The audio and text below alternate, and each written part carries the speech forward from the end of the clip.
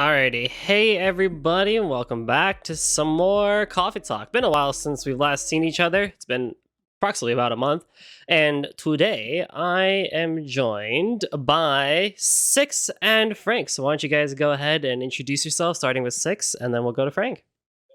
Yeah, I'm Six. Golden, real quick, what would be like the funniest name to moan during sex? Would it be like, it'd have to be like Reginald or Oh, I'm gonna chill. or maybe like a Fitzgerald, Fitzgerald. Fitzgerald? What do you think, Golden? I need you to phoneticize the Fitzgerald moan for me really quick, Six, please.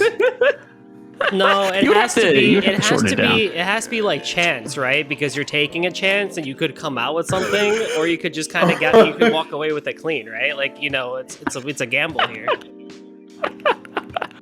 That sounds about right. That's my intro. There you go. That's what I got. That's really all you need. That's the essence of Six, just really condensed down into what matters. Goodness me. What you got for us, Frank? I am Frank, aka Woodman FLG, resident Florida man, the party leader of Super RPG Friends, as well as primo marketing man of Premium Edition Games, a physical game publishing company. And those are most of my accomplishments. Nice. I didn't hear backup hip hop dancer in there. You know what? We try to we don't talk about those days as much. We're always talking about all my other bands and stuff like that. Like me and Joey had that old band back in the day, One Step Above Fluorescent. We were talking about that last night. So One step above fluorescent, huh? well, it's in regard to my skin tone. So as white as it gets, baby. I hated that face. I was really into Justice. What's up, Joey? It's okay. We have two vanilla cookies and one chocolate cookie today on Coffee Talks. We make like a reverse vanilla Oreo or something. No, it would be a vanilla Oreo. I don't know what I'm saying anymore.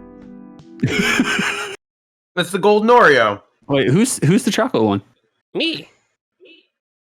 Yeah, Oh, well, okay. I guess that's like a special edition golden Oreo. Yeah. Is that a makeup thing? Like, is that a Sephora thing?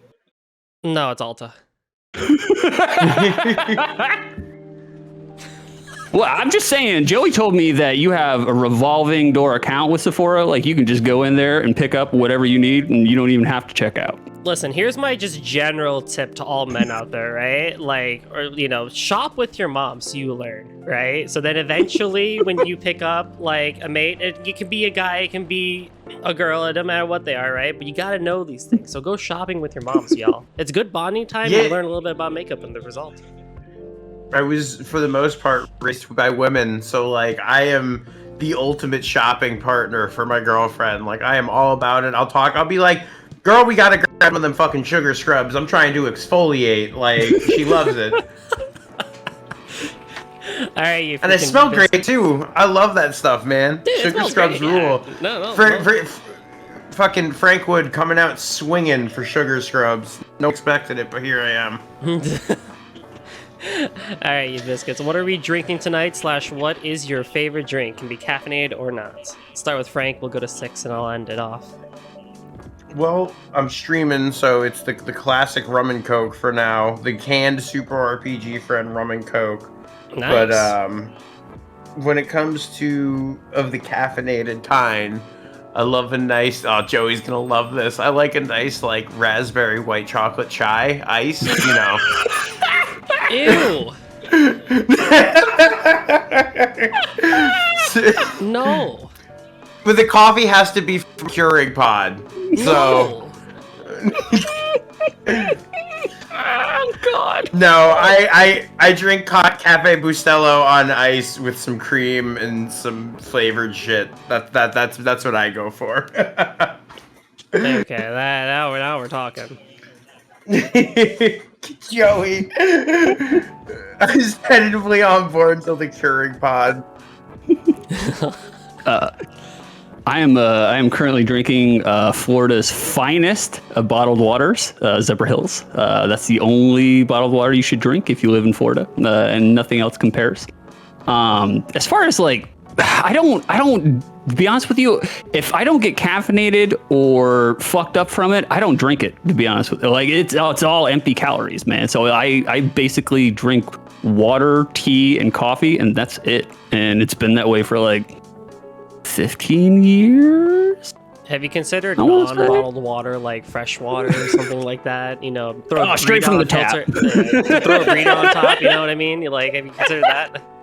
No, God, no. I've run like a chemical test on your city water, like using the pool chemical test block, and ooh, Lord, like if you're ever afraid of the chlorine content in your pool, you should just test your fucking tap water. There's dude, honestly.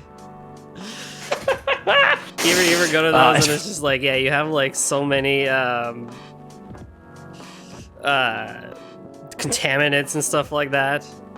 God, yeah, bro, yeah. Don't drink your tap water. The only people that drink tap water are Chicago people, like Joey. Joey loves tap water. I don't know if you guys do that. Number one, big time. What he loves better than tap water is throwing the tap water that his girlfriend tries to give him back at her. That's his number one favorite thing. Directly like interface, just like splash, like. Wait, does Nem only drink tab? Like legit? Like seriously? Dude, they're hardcore over there, man. The Germans, yeah, they got it down. That's what my Meemaw used to drink like every single day. Like that's all she drank. She didn't drink any water. She just drank fucking tab.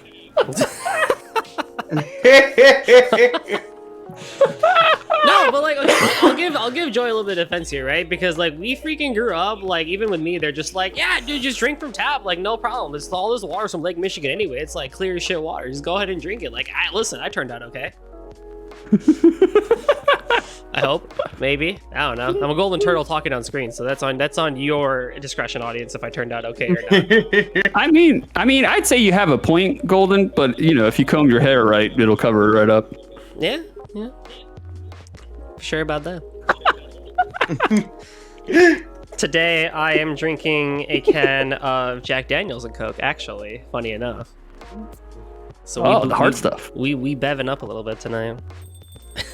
We be bevin. No one's bevin like Davey last night though, so. Honestly.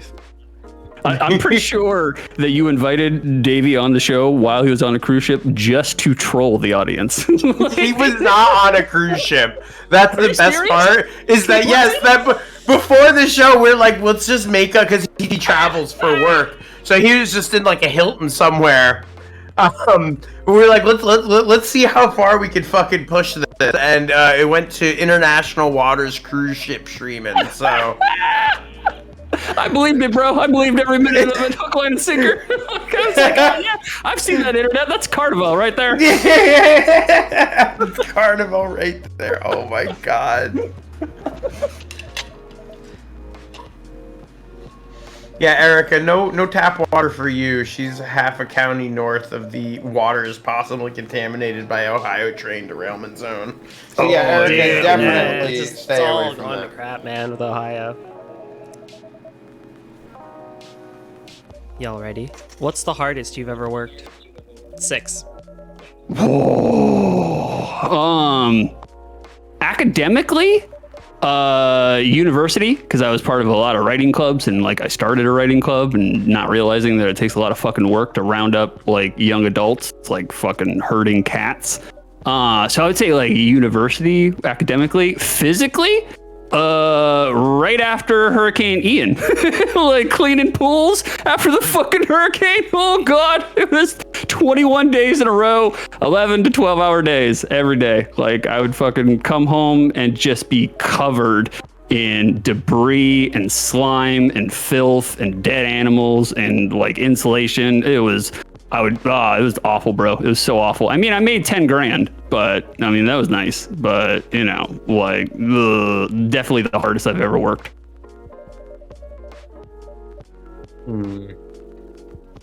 What'd you learn That's from a it? good question. Oh, hold on. Yeah, what'd you learn from it? Oh, hold on, Goldie. Phil, my headphones died. Running away from you already. Oh man. All right, how about now? All right, what was the last thing you said? I'm sorry. What'd you learn from that whole experience with the academia and all? Primarily that the young creative writers are babies. They're just children. Like, you know, they have all the ego, but like none of the proof to back it up, you know, none of the actual like publications yet. Yeah.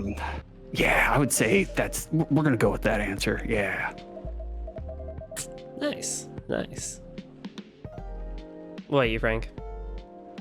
I would say probably the time that I think I was like in my early 20s, and me and my friends, his dad has like a company where they're just like a contractor, and we all just drove to Tennessee and like built like 70% of a house from scratch over the course of like few months. We had a couple other contractors, like I didn't fucking lay cement or anything like that, but I went in not knowing anything about that kind of stuff to being like, wow, I have some handyman skills that still carry with me today. But that was definitely from being that was probably the roughest my hands have ever been. So I'm a baby man working on the computer all day. So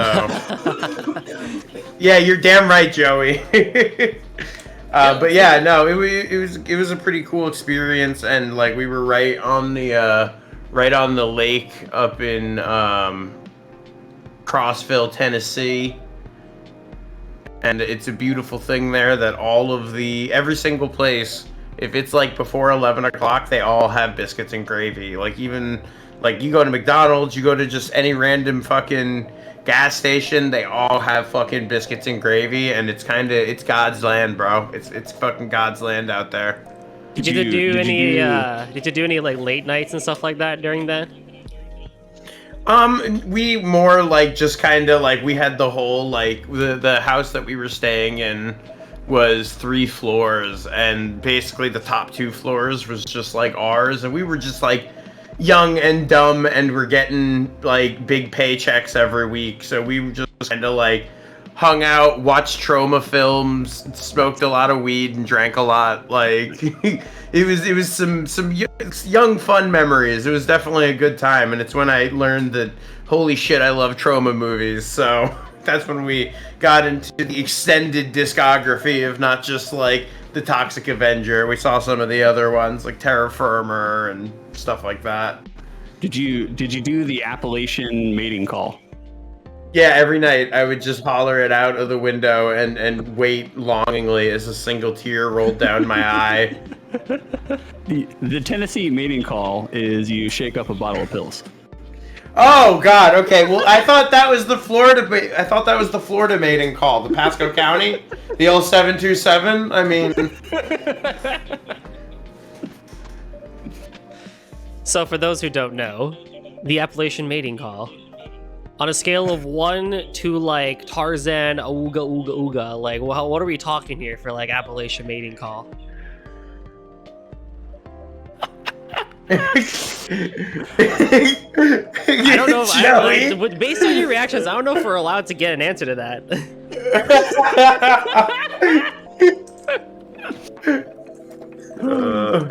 I mean, I imagine it kind of sounds reminiscent of like the mating call of the sea donkeys. Oh. You guys aren't familiar with the mating call of the sea donkeys? Do I? The manatee? The manatee. The manatee. Do I want to ask? I know what a manatee is, but like, do I want to know the mating calls of various aquatic animals? I mean, you're the turtle. I mean, See, now you've called me a pickle because I do know what the mating call of a turtle sounds like, and it's not. It's silly. I won't say it's pleasant, but yeah, basically. Not great. You ever like? I'll explain it this way. I won't like actually try and do, but you ever just like get like a squishy toy or like a chicken and just like forcibly choke all the air out of it and just slowly let it go, like the wheezed squeak you get out of it? That's the mating call of a turtle, basically, while he's just, you know, like shelling away. That was very specific. Yeah. That's a little disturbing. Would you have rather me done the voice? I don't think so. We did. I want the voice. All right, listen. You got rubber chicken just, you know, forcibly choked all of its air out of it. You know, you just let it go. Oh, you said rubber. Oh, okay, Yeah. that makes it better. I'm sorry. No, I didn't not hear a that real part. chicken. Oh, okay. I was like, what? Goldie's No. very farm-like. A rubber chicken. Listen, we're you not were that- a farmhand. Listen, Florida men, we're not that much heathenistic here in the Midwest. I'll tell you that.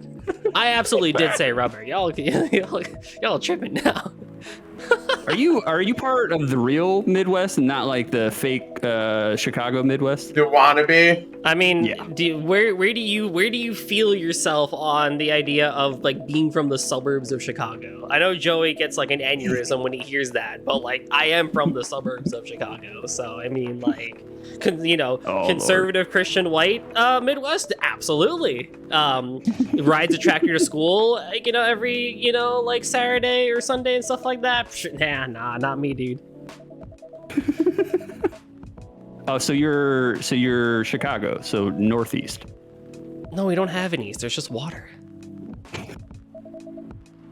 Although, given the fact that I'm a turtle, technically, yes, I'm from the Northeast. Fine, whatever.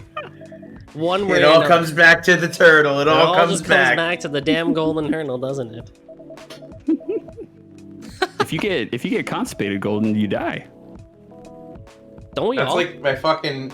That's like my frog, King Viserys, first of his name, protector of the realm. Yeah. If he yeah. eats a little bit of dirt on his worm, he's just like, Mhm. I'm impacted and I'm dead. And I'm like, that's what it's like when we're like 80. So, I mean, shit. Big relate. Yeah. Tortoises, they die if they get constipated. I actually didn't know that. Yeah, it sounds like a joke. That's not a joke. It's like I'm not clowning. Dude, animal. I wasn't joking about my toad either. Or my frog. Pac-Man frogs are like notoriously stupid and also intolerant to the things they eat. It's a really bad combination. Have you fed your frog a McDonald's French fry yet? No, I might maybe one day. I don't know. He's got teeth now. He bit Julie, and she like it didn't shit. hurt, but she was like, "This frog's got fucking teeth, yo!" Like, Yo, man, you gonna let that frog bite your girl?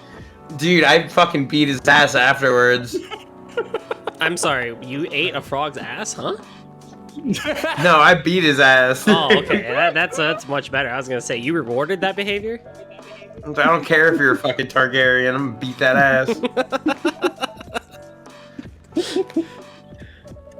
The hardest I've ever worked, I have two situations to this, is back in university, like I during senior year, I decided that it was the smartest idea to just have the most jam-packed schedule possible, where I opened up for a cafe 3 times a week, and Thursdays I had night classes, so I would leave night class at like 9:30, 9:45.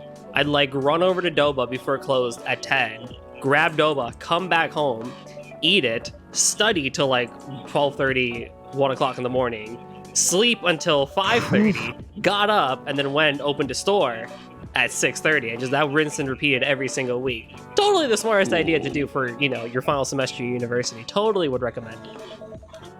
Brutal. But like, yeah, like, I like the reason why I bring that one up a lot is because like you would like leave night classes, and like this is also still like during the winter too, right, where so it's like dead cold out in Milwaukee and like lakefront winds and stuff like that, so it's like dead as shit cold at nighttime. You're walking home just like, I just fucking hate my life, I'm just so done with like school and everything like that, I'm just gonna hear sadly eating my doba and stuff like that. And then you wake up the next morning and like there's this almost like serene calmness of like walking through like a winter morning at like 6 o'clock in the morning. So like having that rinse and repeat every single week was just like the most draining and hard pounding thing that I did probably at the time. Yeah, the entire time you were in school, did you feel like every semester that you got by just through like the skin of your teeth? Like you felt like you barely fucking made it through? For the last 2 years, yeah. For the first 2 years, I might as well have been blind on a piñata stick or something like that, because I had no idea what the fuck I was doing. I was just doing my gen eds and being like, yeah, I think I know what I'm doing, and then I actually got serious, and that's when everything got really stressful. There wasn't anything really to be worried about. I went to a private Jesuit school, and like literally we had to take theology, right? I've said this before, but like we had to all take theology 101, where they like taught you the Bible. And like I had this sweet old lady from my theology teacher, and she knew like I wasn't like Christian or Catholic, so she'd be like, Goldie, what do you think about this passage from the Bible? And I'd be like, well, I think it probably represents this, and I was quite I enjoyed this passage and stuff like that, but I think it was probably alluding to this. And she's like, wow, that's a really cool insight, but that's not quite right. Here's what Jesus really thought. I'm like, all right, cool, bro. Like, whatever. Thanks, lady. I still got an A in the class. I'm happy about it, but I'm just saying, like, I didn't know what Jesus was on about. I got myself kicked out of Catholic school. How? On purpose. I purposefully caused irreparable damage to the plumbing. Nice. Oh. I absolutely, well, fuck them, man. Like, people sucked. I just, like, completely stuck so much fucking toilet paper down the fucking toilet. And just, like, and kept going, like...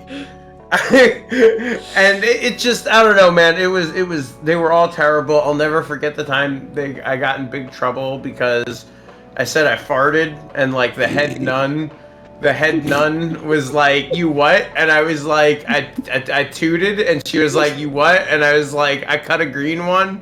It was like a Looney Tune, like literally like 5 times until she was like, you passed gas. Like, but yeah, I definitely made like the conscious decision to be like, fuck this place. If my mom doesn't get that she needs to get me out of here, I'm gonna get kicked out of here. Really just taking my destiny into my own hands. I was not all about it, the Sunday school, because I was like, you guys are forcing me to come here on my fucking day off from school. And not only do I have to come here and, learn this work of fiction, but like, y'all are making me recruit fuckers. Like, I got to go out and find other people to bring to this shit. I was like, nah, I ain't about that. I was like, you're asking a lot out of a fucking 8-year-old boy. A lot. I was like, I just want to have my boners and not feel guilty about it, okay? At like, 8? Yeah, come on. Oh, yeah, bro, yeah, for sure. I hit puberty when I was 9, so... Okay. Just let it burn, bro. Or let it... yeah, let it toot, like Frank would say. Yeah. I'm happy that Six appreciated cut a green one. That was a Grandma Sproles special. That was what she always said. And I never heard anyone else ever fucking say that. But boy howdy, it makes total sense when you hear it. Yeah, rap. I mean, it's a versatile phrase. I mean, when we eventually have the Florida get together, we can all cut a green one together, Hey, you know what I'm saying? Hey. Yeah, marijuana capsules. Just pure marijuana capsules, full of undecarbonated shake. That's how we do it here in Florida. And not peppercorn 6? Oh god! Oh god! Okay, he's gonna need the peppercorns. No, yeah, we naturally got there. Golden got us there. I'm gonna out Joey right now. Okay. All right. Good. All right. Joey, do not interact. Joey loves to tell all the secret jokes in confidence. I'll tell him all this shit in confidence, and then he immediately goes on the stream and fucking throws me on blast. Every time. This is how we go. Okay, so lately I've been talking about using peppercorns with my recreational marijuana usage. If you guys didn't know, peppercorns, there's the chemical in there that fucking neutralizes the paranoia that you get from marijuana, like instantly. As soon as you crack into that fucker, the pot terror, the existential terror you have from marijuana, it goes away. It goes away. And so, like, I've been talking about it for a while, like anywhere. And like, Joey's been nonstop making fun of me like a bully, like the cyber bully that he is. And he told me the other night, he was like, hey man, I was making some Velveeta mac and cheese because I'm a fucking degenerate and I eat Velveeta mac and cheese. And he told me that. He was like, oh, I'm gonna put some pepper on this. And he took a peppercorn out of his like pepper grinder and he bit into it, and he bit into one black peppercorn, and he said it was so spicy in his mouth that he almost vomited. And I was like, are you fucking serious? I was like, this is too spicy for the baby. It's like one little black peppercorn. Wait, but they are spicy. Whittle black peppercorn. You can't just like one whittle black you can't raw peppercorn. dog chew a peppercorn. Like what? That's just like pure spice. Can't you? Bro, I do 6 at a time and grind that fucker up. And You do get some not. water You and do squish it in not. my- You do not. Yes, he does. He does. You do not Every just day, like every day. you That's do not me, icebreaker chew a peppercorn, bro. There's no freaking Well, way. You must have the if you weakest. You must have the weakest like backwater peppercorns ever. You don't have like the proper shit that like actually has the flavor. Backwater Right? peppercorns. Okay, everybody, come on down to my store. Backwater peppercorns, Yeah, where we got the spiciest shit you done ever had. Yeah. Right, take a left right You guys before have the the Everglades. weakest You'll shit see in the world. If you sign. actually bite into like a proper peppercorn, right? Like it's gonna get you. There's no freaking way. No, bro. What you do is you don't chomp down on them. Here's the tactic. I learned this It's because the I slow almost broke my grind. fucking back molars with it. So I was like, so you put it on your back molar, but instead of biting down, you just like rotate your jaw back and forth, and it'll crush eventually under your molars ridges. So you don't actually have to bite down and fucking break into them. But you know, Tell after me you get into Tell me you wanted to eat a jawbreaker like Ed, Ed, and Eddie without telling me when you wanted to eat a jawbreaker like Ed, Ed, and Eddie. Right. apparently. What? What? Jawbreakers scare the fuck out of me, man. I can't do a jawbreaker. Like the But you fucking, literally raw chew peppercorns. What's the difference? Yeah, jawbreakers that's harder, man. There's some layers to that shit. Peppercorn, and especially if you suck on it for a little while, let it get saturated with your amylase and your salivas. It will soften. You know, like I love when Super Science 6 comes out and you're like, hell yeah, like the you know, yeah, that is called that, you know, also known as the SSS. So whenever he starts talking, I'm just like, oh man, I'm happy that he does his fucking research, brother. Like, yes, Yahiko. I got this research straight from Neil Young, y'all. Who are you to doubt Neil Young? All right, like that's all I gotta say. Like, 6 is like, I ain't gonna let no one tell me I'm wrong. I got the papers, bro. I'm telling you. I especially was recommending this to Joey because he told me that if he smells marijuana, doesn't even have to smoke it. If he smells it, he goes into like a 12-hour fucking schizophrenia paranoia streak where he's fucking scratching holes into his jeans.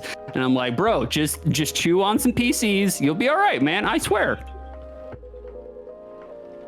I thought you were like, this whole thing, I didn't know you chewed them. I thought you were just like popping them and then swallowing them because like when I was growing up, it was just kind of brought down like in the family that like for your digestive system, if you just like, you know, swallow like 2 or 3 peppercorns a day, like your digestive system is like all good and stuff like that. Had no idea that you're just straight up like not munching on them.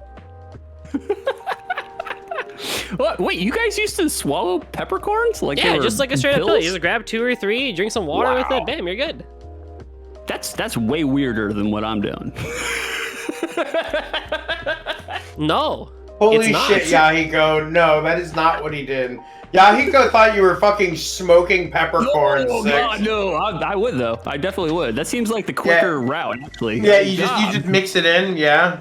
Yeah. He goes on to something. He knows what he's talking about. Like Hiko is just getting one step closer and closer to wanting and also getting the brown cigarette. Like he's getting there one way or another, right? He's like, I heard about it. I want the spices, and I'm gonna get it.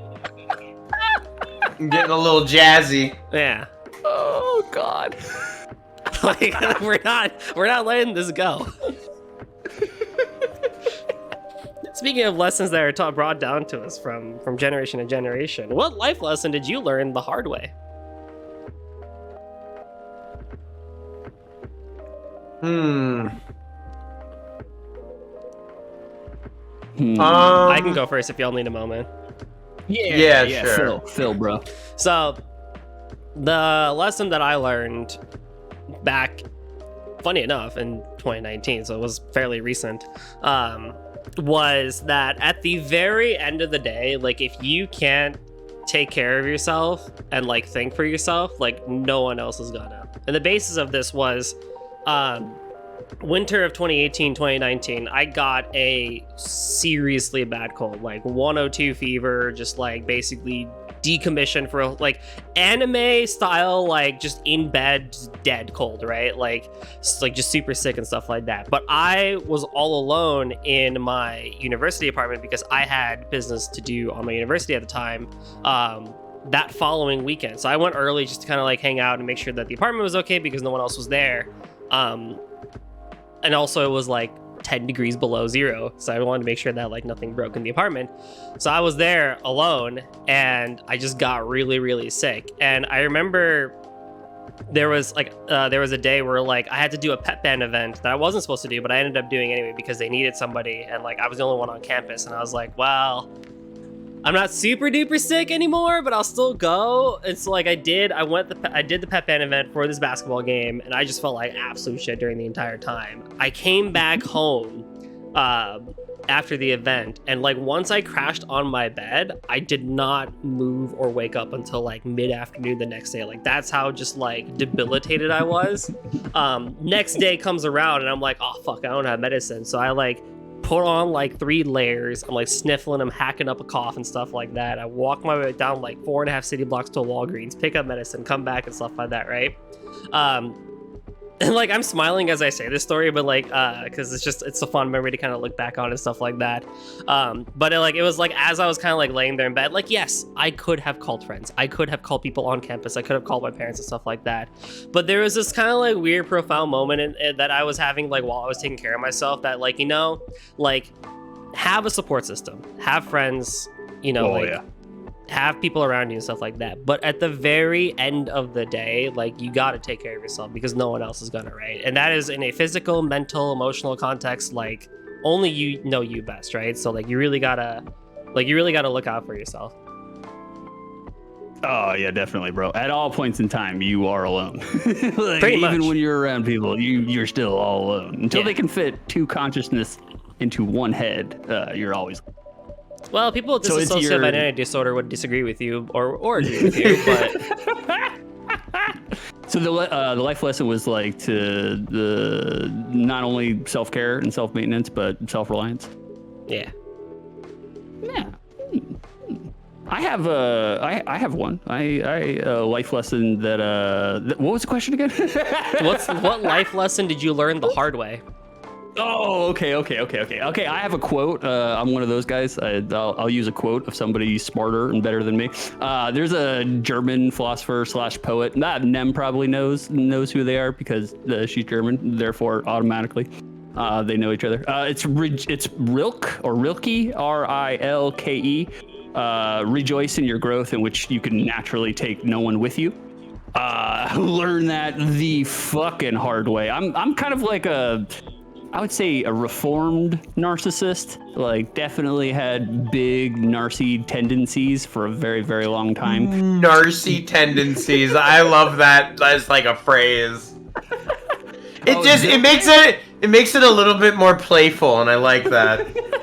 Like it's like I had this notion that like I could. It was kind of like delusional white knight bullshit. You know, it's like you feel like you can help people out to the point where they can better themselves in their own lives, and you know, if you give people a chance, like they can make the most of it if they just have like the right environment and the right support.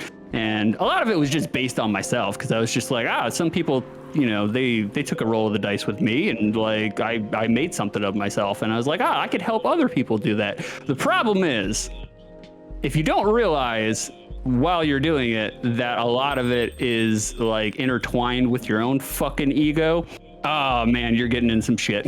Like, and then because like the whole concept is flawed to begin with. You know, the whole process when you begin is already fucked. And then when you realize that you can't actually elevate someone, and then they won't elevate to, you know, where you would hope to help bring them, like that's a secondary disappointment. You get a little tasty aftertaste right after it.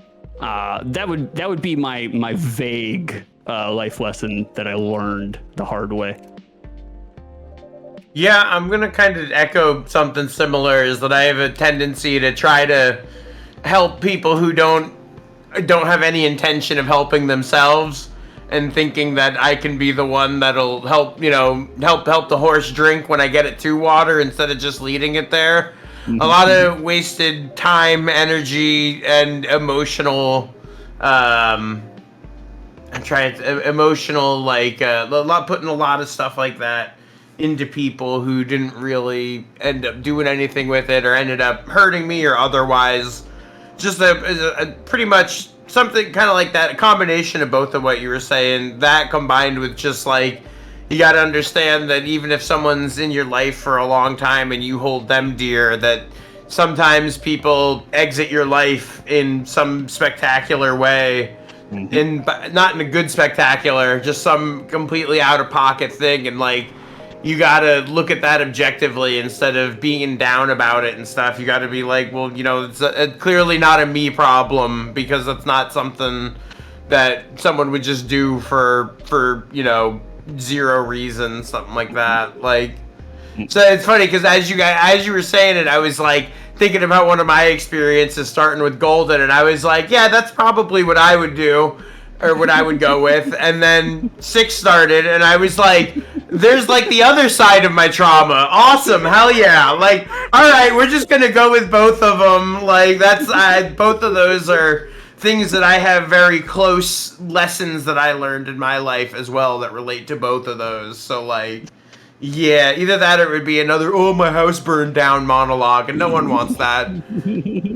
You cannot push a rope, boys. You cannot push a rope. No, you definitely cannot. Why do you think humans, like, because I noticed Julie also said, like, God, what a mood, right? Like, that's my life and stuff like that. Why do you think humans just have this tendency to just, like, help others, even though they may not even just, like, need it or want it or anything, you know? Like, we're just like, gotta go help people. We gotta go help people.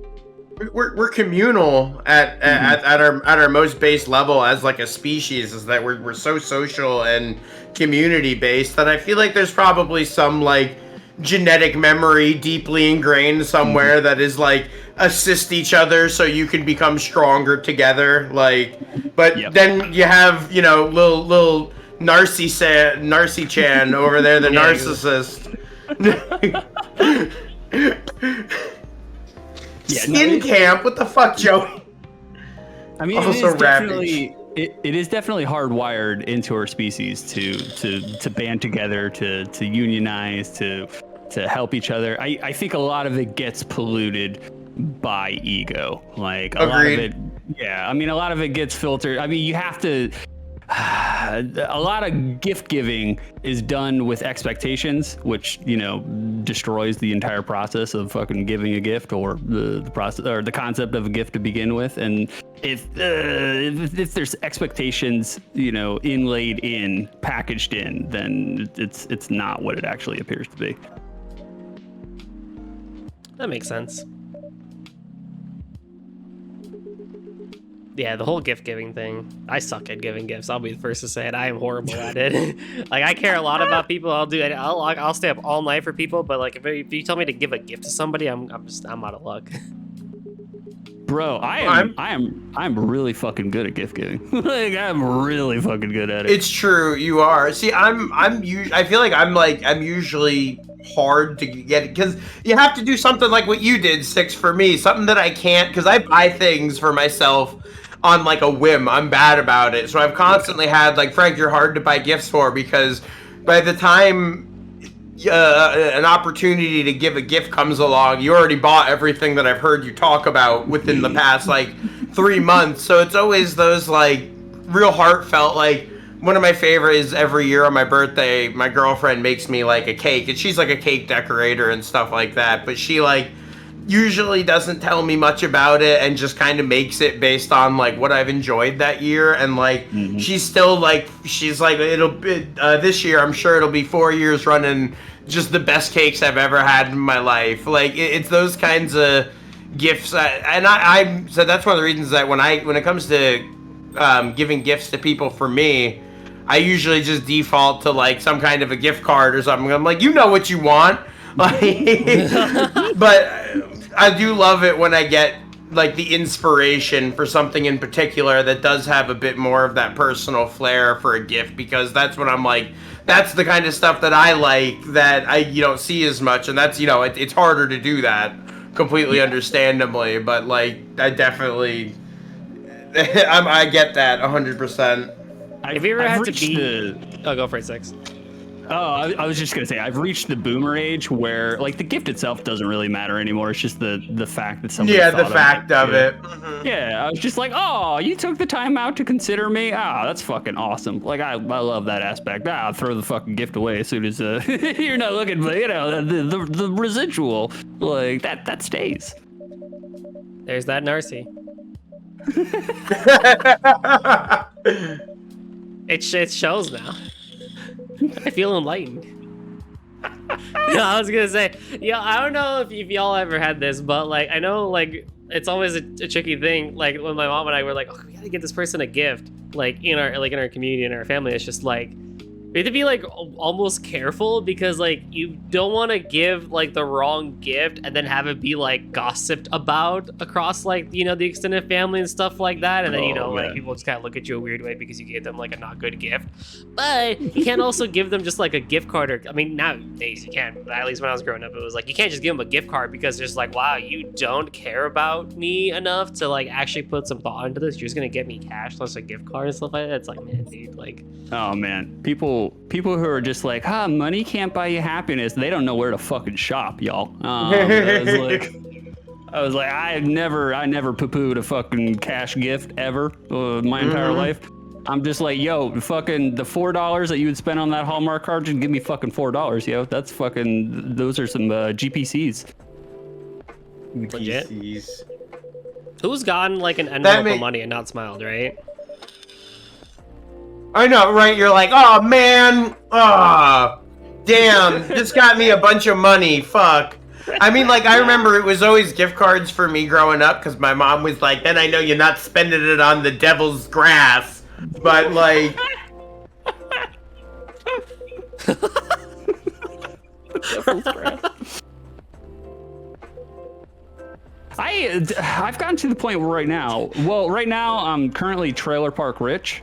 So I'm no longer one of you poros. I'm sorry.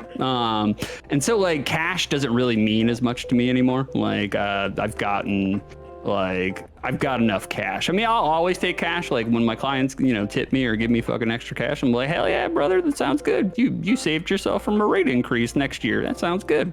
Like we get it. You Venmo, cool dude. Way to be a Zoomer. Oh, dude, Venmo has been giving me a lot of anxiety lately, to be honest with you. Like, anything related to online finances right now has been giving me a lot of fucking anxiety. Like, oh god, there's a story there. Joey knows the story. A lot of people actually know the story. It's bad. It's not good. It's not good. Daddy needs a new pepper grinder, dude. I was just about to say, like, he's talking about anxiety. I'm like, I can hear the bottle of peppercorns rattling in the corner. Like, it's my time. Oh, bro, I crushed him up right before we got on stream. I'm not gonna let this go. You guys have some weak ass peppercorns down in Florida. There's no fucking way. I refuse to believe it. Bro, you swish it around in your mouth with water. That way you get the entire Bernie mouth, like, and every square inch of your mouth. You gotta floss later, but that's, you know, I was gonna floss anyway, so it's all good. It's like the classic case of like, don't eat garlic and onion on a date. Like, don't eat, you know, peppercorns before something. Freaking, you burn a mouth or something like that. I don't know. Oh man, what's y'all's funniest story involving a car? Oh. Here, let me look at my notes. the papers. He like happened to write like funny car story down. Like it's like table notes. They win again. Oh, okay. I got two. I just wrote down 4 words: prison milkshake, period, and turd handle, period. So, which story do you guys want? You want the prison milkshake or you want the turd handle? I'm liking prison milkshake personally. Yeah. Okay, all right. Bring it to the yard, Six. Okay. It's gonna be bad. Like when I was 15, 16 years old, me and my close group of homies, we would like my stepmother, alleged stepmother, she used to park her car at my best friend's house. She was best friends with my best friend's grandmother. And me and my stepmother did not get along. She was a horrible human being, physically and emotionally abusive, not good, not bueno. You know that Batman and I think it's Batman and Robin meme where like Batman's just slapping the shit out of Robin? She fucking allegedly would backhand me with her fucking wedding ring on all the time. And this is like a stout British woman. Like, anyways, getting past that. But after my father divorced her, I felt the need to hit her with a prison milkshake, her car with a prison milkshake. Okay, so what a prison milkshake is you get like a giant Folgers can, you know, like the biggest Folgers can you can, and you proceed to put every bodily fluid in a group of friends that are willing to put every bodily fluid into that Folgers can, and then we're talking turds. Like there was at least 2 of us that shit in the fucking can. Oh my god! I think the only fluid there was no seminal fluids. I don't think. I don't think there was seminal fluids part of that. What a shame. Someone might have gotten a little alone time with it when no one was looking, but allegedly, that's the word of the story. Alleged. I mean, I would have just said you got to start by lubing up the can, right? I mean, you can't just go raw dog on a can. You gotta give it a little bit. Doctor, no! You put all of these fluids in the Folgers can, and then you add whole milk, vitamin D milk in the can, like, I don't know, halfway up. You just need some liquid in there. And then you put it on your friend's fucking roof for 2 weeks and let that fucker sunbake. And every now and then you go up there and you get like a stick and you fucking mix it up, because after a while it gets crusty and hard. And then sometimes you gotta add a little bit more milk or a little bit more piss, either one. Like, you just need some fluid. You gotta keep it, you know, moving, elastic. And after about 2 weeks, and you gotta scare the buzzards off, because the buzzards, they get attracted to that shit for whatever reason. So what? fucking What part of it is the milk? I don't know, man. Buzzards are weird. And like you mix it all up, and you get it to the point where it's like semi-solid, and then you fucking shellac that shit on your stepmother's fucking Geo Metro, and just like let it pour down the side of it, and then, like all over it, and then you immediately leave the premises, and then you check it out a week later, and it's fucking eating the paint off the fucking car. Like, that's a prison milkshake. Allegedly. Hell yeah. Allegedly. Where do I even begin? Ooh. That's beautiful. I was trying to remember a story and like I just completely forgot it because I was so engaged in that in the prison milkshade chronicles. I don't necessarily look. I will talk in fond remembrance of the things I did, but I don't necessarily condone them now. Nobody should do this shit now. At least don't get caught. Yeah, come on. And don't admit to it on an internet show. Yeah, exactly. Well, allegedly. Coffee. God. Am I right? This is how I'm taking the show down. This is the end of it all, right? This is how I'm taking. Yeah, this was. That's what it was. All it took was Frank and 6. Finally. Yeah. I'm just done with it. I've given up on it. I'm all tuckered out. Just like, you know what, 6, Frank, just kill it. Oh, bro, that story was actually tame compared to all the shit I wrote. Yeah. Hold on, the other one was worse? Well, no, the other story is not, it's actually quicker. Turd Handle was just like one of my friends, he had a really nasty breakup with his girlfriend in the 10th grade, and he shit like a semi-solid turd in, like, you know, the brown fucking paper towels they have in schools. He shit in a brown paper towel, and I saw the turd, so I knew he did it, and I saw what he did because I was there with him when he did it. And he took the turd and fucking shoved it underneath her car handle to her driver's side door.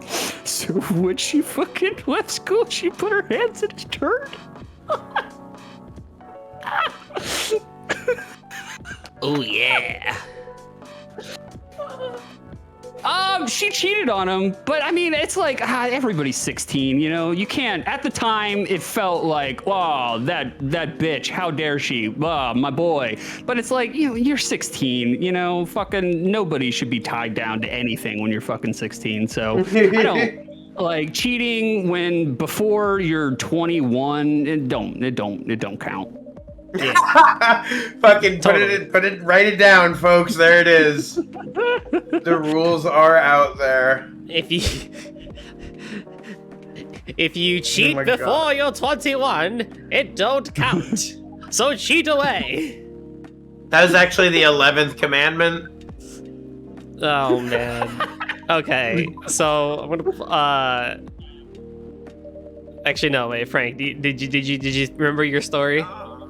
Honestly, all mine are like half, like not like half sad because it's kind of funny when I had to stop my grandpa from like driving in the wrong traffic. Like I was the greatest co-pilot of all time because my grandfather probably shouldn't have driven for like 3 of the final years that he drove. Yeah. And I pulled some real pro shit from the driver's seat to get us home.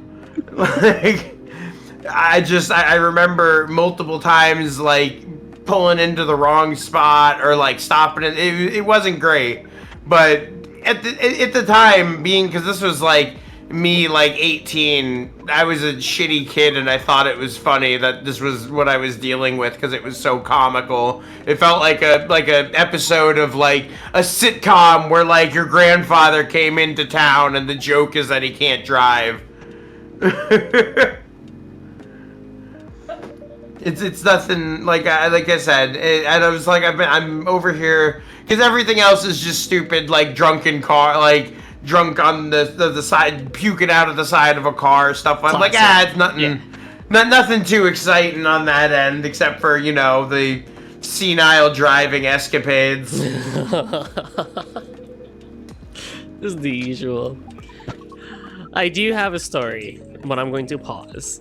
Julie has a question for the line. I'm going to ask that after this because prior to us starting, 6 asked, can we talk about himbo? And I was like, if the subject comes up, you can talk about it. Now the man himself, Joey, and quote said, wait, 6, what is the story about you being a himbo? So 6, you have permission from me, the host, to talk about himbo. Okay, all right. I'm using himbo interchangeably. You could also just use fucking moron because that's what I fucking am right now. All right, it's kind of a long one, so stay with me. Strap all right, in. so Strap in, folks. let me fucking. Okay, a little bit of background context. I had a mailbox here at my apartment complex, and I've been here for like 2 years, and I never got the keys from my landlord because I told him straight up, nah, I don't need the keys. I don't need a mailbox. I'm cool. It's like I don't want anybody to know where I live anyway. So fuck it. They don't, It's like, who cares? I don't need to register that shit. I don't need mail. Fuck it. It's like a little bit on the edge of like libertarian survivalist. That's all. That's fine. Anyway, so that's the background context. Okay, so. Joey. All right, so I'm opening a business. I started a business. I opened my business this month, the beginning of this month. And while I was opening my business and getting everything set up, I typed into Forbes, or not Forbes. I typed into the Google, because I'm a businessman, so I go to Forbes. I typed into the Google. 100, 6 2/3 on Forbes top 100. Remember, list. 6, BBB stands for Better Business Bureau, not Big Bad Bitches. And I typed into the Google best business credit cards for gas. Oh my goodness. And they came up with a Forbes aggregate, top 5 best cards or whatever. And I was like, okay, I clicked on it. So I clicked on it, checked out the cards, and there was one that said like, oh, I'll get 5% cash back on gas. And I was like, that's the one. There it is. So here's the problem. I couldn't remember if I click through, like if you click on it and then it redirects you and Forbes gets the ad revenue or whatever the fuck. I couldn't remember if I clicked through or if I just like closed out the window and then typed in the fucking credit card issuer's name into the Google. I could not fucking remember. This was like 5 weeks ago. I fucking applied for the shit. So I applied for it. I put in my social security number. I put in my tax ID number. Which is for chat. I mean, just for everybody. Oh Lord. Well, pretty soon. I mean, the chances are they'll be able to find it. So, like, I put it in. Look, and they gave me an email. And it said, like, the email said, all right, you can expect a, confirmation within 4 weeks. And I was like, all right, cool, bitchin', we're back. And like, I basically forgot about it. And I was like, okay, well, we're doing a whole bunch of business shit, got to get this done. And then like 4 weeks passed. And I'm checking the mailbox because they said they would send like, through the snail mail. And I'm checking the mailbox every day, nothing's there. And I'm like, what the fuck, man? Four weeks? This is some weird shit, yo. And like the weekend, it was 2 weekends ago, my fucking personal checking account and my other credit card got hacked. Like both of them at the same time, and like they both got hit with like a digital fucking e-gift card to MasterCard, $42.95 for both my checking account and my fucking Discover card, I think. And I was like, oh shit, that's not good. That could be bad. And so like, no big deal, minor inconvenience. Like called the credit card, called the bank. They fucking canceled my cards, gave me new ones. I'm like, all right, cool, party time. Last Saturday, my other fucking credit card got hacked. It was just like, oh shit. It's like I pissed somebody off in Singapore really, really bad. It's like, I don't know what. I was just like, I told Joey, I was just like, I didn't mean what I said about Hiko Store. They sell the fantastic Chinese stuff. That's all right. Like they have the best Chinese knockoff toys. That's all right. Like there's nothing wrong with that. It's just like, so I had to close my other credit card down and have them send me a new one, but that's fine because I'm a poor genius and I got 9 fucking credit cards. So, you just you rifle through them. Who cares? And it's fake money. You don't have to pay it back. Then I started thinking, I was like, hey, you know what? I haven't gotten that one credit card for my business fucking gas. I was like, where's that at? So I called the credit card company. And I talked to the lady on the phone. I'm like, hey, look, I applied for this credit card like 5 weeks ago. You know, like what's the deal? What's the holdup here? And my credit score is 830. So y'all should just fucking, you know, signed, sealed, and delivered. That should be mine. And they type in my social security number. They have no application on file. Oh. They type in my tax ID number. They have no application on file. So I was like, what? I was like, are you serious? Like, are you? Oh no! It's like this might not be good. Like I fucking. So I couldn't remember in my peppercorn paranoia. This is also the reason why I was fucking pot paranoia vomiting all last week. It's like I couldn't remember if I had opened the window like separately from the direct click. I'm back. My computer just like shut off. I gotta figure out what the fuck's going on with my computer. But yeah, I'm back.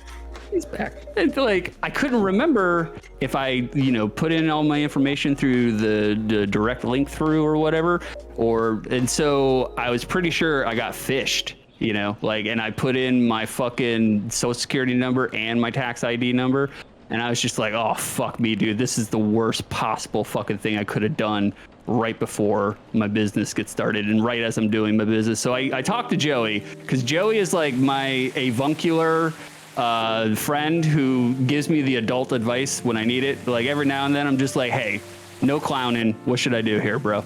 And Joey's like, you should call the government and have them fucking nuke your social security number and shut off all your credit cards. Bro, you need to get ahead of this train before it fucking flattens you. And I was like, oh God, I don't want to do this, man. I'm just starting a new business. This is not what I want. Like this is, and so fucking, I was like, man, I looked at my credit card, my FICO score, and it shows that there's a hard inquiry. Like someone made a hard inquiry like you would when you're opening a credit card account. And I'm just like, what the fuck, man? If they don't have my credit card application on file, then why is there a hard inquiry on my fucking FICO score? This makes no sense. Like, did they fish me already and they're already opening fucking credit cards and whatnot? And I was just like, oh shit. And so today I was like, all right, I got to get to the fucking bottom of this, man. It's driving me insane. I need to know what's going on. So I called my post office because I was just like, look, is there any chance that like I've been receiving mail and this whole entire time my box wasn't activated? And they're just like, well, actually, sir, there is a hang up. Your previous carrier, the person who lived there in the apartment before you, they had all their mail forwarded. And so everything that was supposed to go to you, it hasn't been going to you. And I was like, oh shit, no. Are you serious? It's like, oh God. I was like, all right, nice. That sounds good. Okay, fine. So I was like, okay. I was like, I got one last thing to do before I talk to Johnny Government and have them turn off my social security number and do all that shit. Cause I'm just like, fuck, dude, I don't want to I do not want to fucking do that. I have so much on my plate right now, just trying to start this goddamn business. And so I checked my like credit reports, my free credit reports, because it'll show you if you've opened any accounts. It'll show you if you got any fucking hinky business going on. And so I checked them. And it says that like there's a hard inquiry from JP Morgan Bank, also known as Chase credit cards. And I was just like, what? And so today I was fucking flipped out of my mind because I'm just like, shit, dude, they're already opening fucking credit cards in my name. I was like, this is not good. So I called Chase and I talked to them. And I was like, look, what's going on? When was this application done? Can you give me the date? You know, and I check out the date. It's the same date in which I would have applied to the one credit card that I thought I got fished from.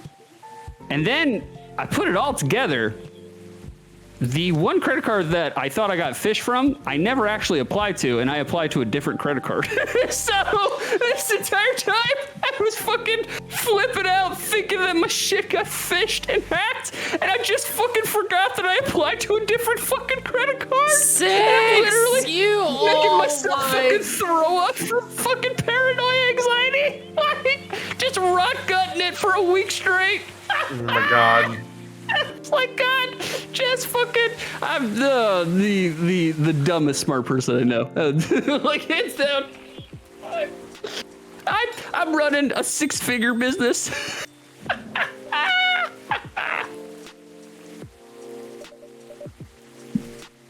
No! So that's You fucking...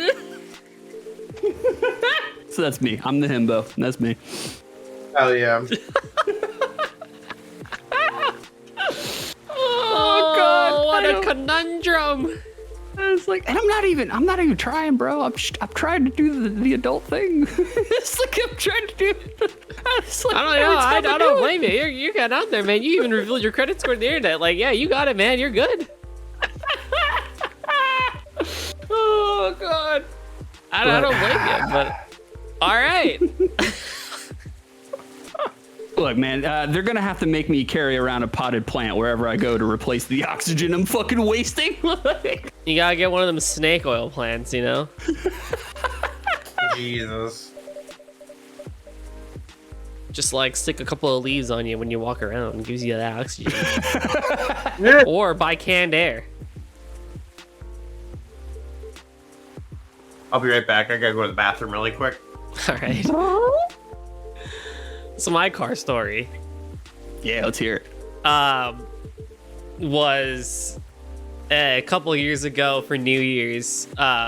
One of my friends was like, hey, my grandpa said that we could use his cabin over New Year's if we wanted to. So we could crash there for New Year's. And then nearby in like a barn, they converted it from an old barn into a vodka distillery in like the bumfuck middle of Wisconsin and stuff like that. So we were like, hell yeah, bro, we're gonna go. So we go there, the 6 of us, to this cabin in Wisconsin, and we celebrate New Year's. Fantastic time. Like one of my friends, Guavs, who you've heard his name a handful of times already. He made punch for us, and that was the same night that he found out he's allergic to champagne. Oh, which is not fun, but punch was pretty good. But so we had a pretty good New Year's that night, and then the next day, a couple of people had to leave, so it's just the 4 of us. And so we're sitting there, we finished watching like a college basketball game, and we kind of look at each other like, all right, so we want to go to the vodka distillery, right? It's like, yeah, we're gonna go, but someone spoke up and was just like, oh, but do we need to go shovel first because it looks like it snowed overnight, and like this is still like mid of winter, so like it gets below 0 and stuff like that. And so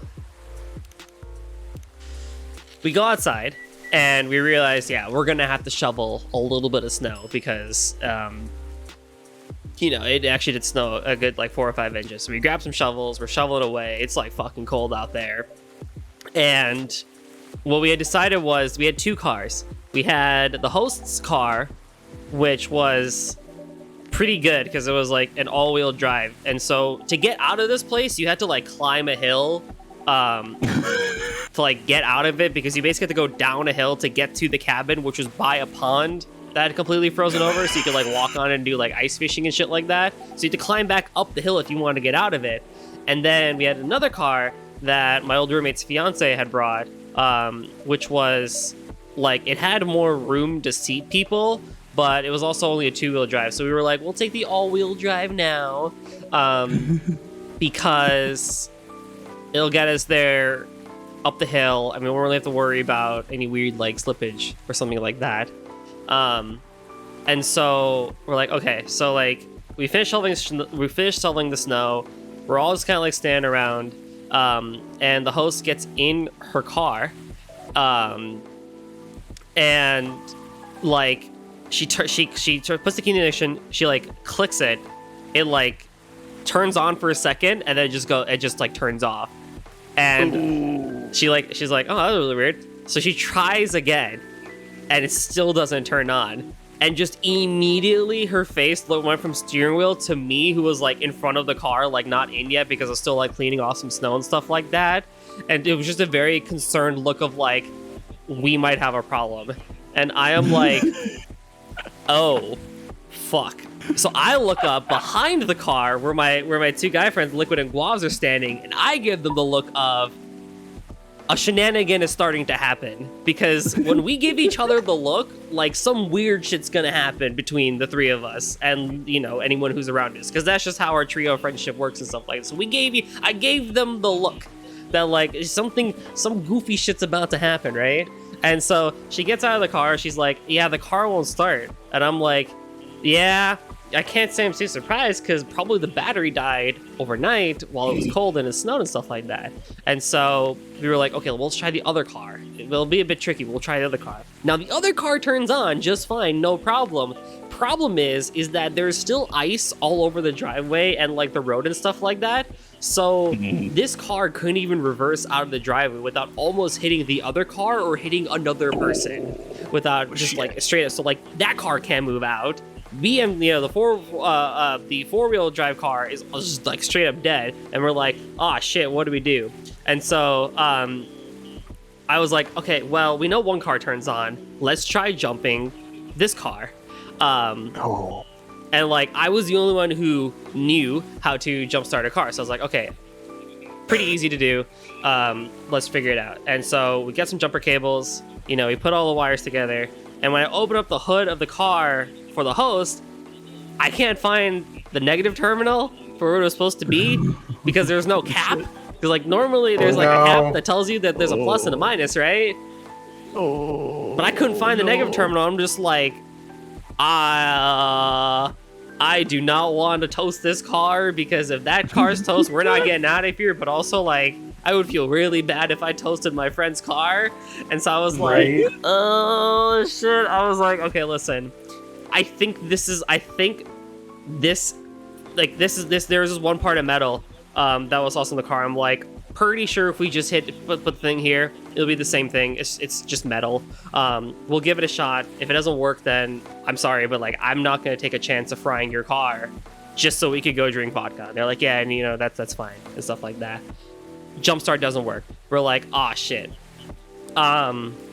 And so we're like, well, this is annoying. And so we're like, okay, well, let's not stand out in the cold. We go back inside to like warm up and stuff like that. And we're like, what the fuck do we do? Because let alone the vodka stuff, we had to also like leave the next day to go to the airport and like all fly back to our respective houses and stuff like that. But like, if none of our cars can make it out of the damn place, like we're stuck here with not a whole lot of food because we only brought enough for the weekend.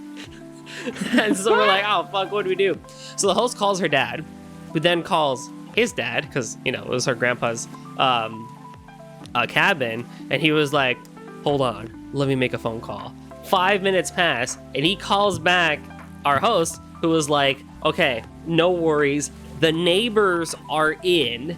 They have like a Ford F-150. They'll jumpstart the car and like get you out of there and stuff like that. We're like, awesome, sweet. Bundle up again, we go outside, and sure enough, there are 3 dudes like with their truck like ready at the, you know, at like soldier's hand to like help us get out of this thing. And like they were like in proper Midwestern too. Like I'm not gonna try the accent because Joey's gonna like kill me for it, but like just proper Midwestern, like I'm gonna go ice fishing type situation. Bring it on, bring it on. I really can't do it. But like they're about to go ice fishing and stuff like that, and they're like, oh, so what's going on? And we're like, well, this is the situation. I tried jumping, I explained what I did, and he was like, yeah, no, I can see where your thing is that. But then another guy comes over, he's like, oh, that's the negative terminal, and he just finds like little nub of a terminal. And I'm like, oh fuck, that would be it, wouldn't it? And so we do end up jump starting the car, which was great. And so what we ended up doing was 2 things. The first thing was making sure that the first car, the host car, actually turned on. So like we got that good. The second thing we were gonna do is, because we knew the second car couldn't get up the hill, we had to get the car up the hill. So here's what we did. The driver, like my old roommate's fiance, got in the car. She puts it in neutral. Me, 2 of the dudes, and my old roommate, we started huffing and pushing this car to like get it out onto the road, right? So we get on the road, no problem, nobody gets hurt. And then we come to the coveted hill. It is car now on neutral, a nice steep icy hill, and 4 Midwestern men. Never a good look. No, definitely not. And so what happened was we told the driver to put it in acceleration. They were like slowly sliced, like medium acceleration up the hill, and we're all just pushing this like damn car up this hill while also trying not to like slip and fall on our asses in like -5°F weather and stuff like that. And sure enough, we get up the hill and we park the car up there. We're like, yeah, we did it. And so we're going down the hill. We're laughing. We're like, man, that was really funny. And these other guys are like, yeah, like it would have been really bad if you guys got stuck out here. You'd have to come outside and come fishing with us to, even get something to eat. And we're like, haha, yeah, totally, right? So we're all laughing. We're having a good time. They go their separate ways. We thank them. We go our separate ways. We go inside the house. We sit down. We're all warmed up. And we all kind of look at each other and we're like, so we're gonna go get vodka now, right? And I was like, well, we kind of have to reward ourselves for not being stranded out in the middle of the Midwest anymore, right? And we're like, yeah. So sure enough, we climbed the hill to get to the second car. We walked up there, we got in the second car, we went to the barn, went to the vodka distillery. 3 of the 4 of us got blitzed. I got blitzed on green tea vodka, which was the most heavenly experience, let me tell you that. Green tea plus honey plus vodka, oh, can confirm, very good. And then we come back and party the night away. These men that saved your life, did you kiss each one of them on the cheek? Just a peck. Just a sweet peck. It's not gay, bro. No, cool. but we did give each other the old Midwestern goodbye by slapping our hands on our knees and be like, well, I suppose. Did any or all of you say it is what it is? Oh, absolutely. How was the vodka, or was the vodka inconsequential at that point? Like you were just like, fuck, hell yeah, I'm it getting tasted tore better up than it probably was because of the reward. It was actually quite good because it was like locally homegrown vodka, and like they had like their specialty cocktails and stuff like that, like in house. So it was pretty good. It is what it is, dude. That's like every day. Like you can't go a day without saying, "Hey, you know what? It is what it is." Like you stub your toe on the couch. It is what it is. You step on a Lego. Fuck. It is what it is. You throw out the old ope in there, and you feel less shit, right? I guess I stubbed my toe. Well, fuck. Not much I can do now. Yeah, I mean, you could pay $100 an hour for therapy, or you could just tell yourself it is what it is. Exactly. Listen, we talked about it. Only you can take care of yourself, right? So just ope the pain away. I cannot take care of myself. Just ope the pain away. Oh my god. What do you mean you can't take care of yourself? You clearly got your system down, mister. I'm just gonna like smoke weed and then chomp on peppercorns? What the fuck do you mean you can't take care of yourself? I fucking conspiracy myself into getting fished. Yeah. Oh god, dude. And the funny thing is, like, wasn't even high. It was like, oh god, that's like so good. What do you think, Frank? How do you feel about all this? About what? All of this. The whole thing. Well, I've been kind of drawn together bits and pieces of it because I missed the beginning of it from when I went to the bathroom. So I've been kind of putting it together. But I mean, like, I definitely appreciate when you get to that level of like, you're like, wait a minute, is this night, like, is this like did someone like write this night? It's got a narrative, it's got a sequence of events, like, just those crazy nights out where it feels almost unreal, the sequence of events as they lay out. It's always a good time. Ever since the three of us have, after the mattress event of university, like that's just kind of became the thing with our trio of lads. The coveted mattress event. It is interesting to hear what friend groups did, because like you always compare like your friend group to another person's friend group, especially geographically, because I'm just like, all right, well, Florida friend groups definitely different than Midwestern friend groups. Oh, I'm sure. It's like we're shitting in a Folgers can. That's the move, brother. Dude, when I moved out here to the east, like, people were like, so what'd you do in the Midwest and stuff like that? Because they would, like, try to, like, tease you for, like, you know, being in, like, a cornfield and stuff like that. I'm just, like, legit, in high school, we got, like, what we would do is, because we couldn't go to bars and shit like that, we would get into a car, and we would just find a straight piece of land to just drive on. So you'd go, like, 3 miles straight, make a right turn, go 3 miles that way, make a right turn, go 3 miles the other way, make a right turn. Oh, hey, guess what? This is like reverse NASCAR. You're back at the start. Do it again. And that would be the night until it's like 3 o'clock in the morning. You end up at Steak and Shake. You get yourself some steak and, not steak and shake, steak. You get yourself a milkshake and fries, and then you go home and your parents yell at you like, why did you come home so late? Don't you know there'd be drunk drivers out there and shit like that? And you're like, well, listen, I mean, we were on just straight land. Ain't nothing going on. And we also went to Steak and Shake, so we were well fed too. It's all good. And people were just like, why would you drive in with no purpose? I'm like, no, there was purpose to all of this of just driving around. That's where the real shit conversations happen about, like, I mean, at the time it was like just like women and drama and stuff like that for like 3 high school boys. But that being said, you know, there was purpose to it. Oh my God, Totter. I was waiting for the prison milkshake to show up in Golden Story. Yes. I don't think we did anything that rambunctious. Not that I can think of. But Julie asked her the question, but I want to go back to her other question. For the 3 of us, what dog breed are you, or would you consider yourself to be? Oh, Lord. Big, stupid golden retriever. I would want to be a pug, but I'm not actually a pug because pugs fucking sleep 17 hours. And like, no, bro, I'm not a poodle. No, not a poodle. Not at all a poodle. I would probably be a boxer because boxers have a lot of fucking anxiety. No, and you they're super wouldn't. high strung. And also they got a derpy look about them. I love the derp that boxers got. I'd definitely be a boxer, especially one that just like consumed an entire bag of Starbucks Arabica fucking coffee beans. Yeah.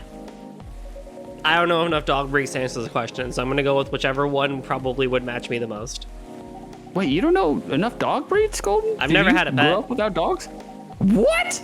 Yeah. Are you serious? Whoa. I'll eventually get a cat, but I've never owned a pet. He's such a horrible human being. Like, Just the worst. oh, Just what? don't worry about that. Oh. Oh, Okay. Oh. Wow, we didn't mean anything we said about Joey. The timing on that, though. Okay, I think we're back. Oh my goodness gracious. I think we're back as well. Okay, yes, we're good. I don't know what the fuck happened. Literally nothing happened on my internet, and Slobs was just like, nah, bro, we're gonna DC you. Redo all the jokes. Well, we can't say that. Redo them. All right, we'll start from the top. You were gonna ask a question, Six.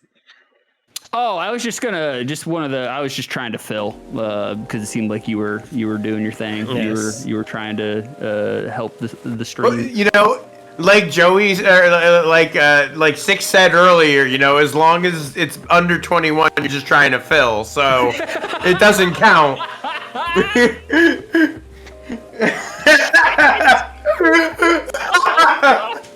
I got you, baby. I got you, baby. If you cannot drink, you can fill. A little tinkle came out. It's like, oh shit. I'm sitting on just a fucking jam-packed bladder right now. Oh, Julie's Lord. other question was, what the fuck is it? Where to go, Julie? For the people on the line, what cocktail would you be based on your personality? I don't know. Recently, salty dog. I'd be a salty dog at this point. Or maybe a Moscow mule because I'm a fucking dumbass. Moscow mules are pretty good. They are good. They are. Yeah, they are good pretty hot toddy, tasty. though, too. I like a fucking Scooby Snacks for my ridiculous silly drink, or like a raspberry lemon drop martini. Just do that. I don't know. Not even like I had. I like. Oh, fucking hell, whatever. Did you chew any peppercorns? No, I think you're on. It might be peppercorn time. Yeah, I think we're good now. Okay. Well, nothing changed. Just saying. Chat, are we live? Chat, can you tell us if we're live? Did you hear all the stuff we said about Joey? Okay, There's Captain Howdy. There he is, my man. Are we? Yeah. Yes. Dude, I don't know anymore. Fucking hell. Oh man. I'm trying to run a show here. Cocktail. just those- Did you just have to put in your social security number? That's all you gotta do. It's easy peasy, lemon squeezy. Golden, can I ask one of the questions that I sent you over? Is it alright if I fill? Yes. My cocktail's wanna fruit punch, hijack by your the show, way. brother. Special fruit punch. Oh, I'm sorry, I didn't mean to bypass your that's all I cocktail, had. but- Yeah, go for it. All right, very cool. What is there a point in time where you guys inappropriately laughed at something? Your most inappropriate laugh story. God damn. I can fill if you guys want some time to think. Yeah, go for it. All right. Outside okay, of just all right. generically human laughing at people's pain. yeah, a specific time in which shit. you laughed inappropriately at something that you probably shouldn't have laughed at. All right, so my great grandmother, Grandmame.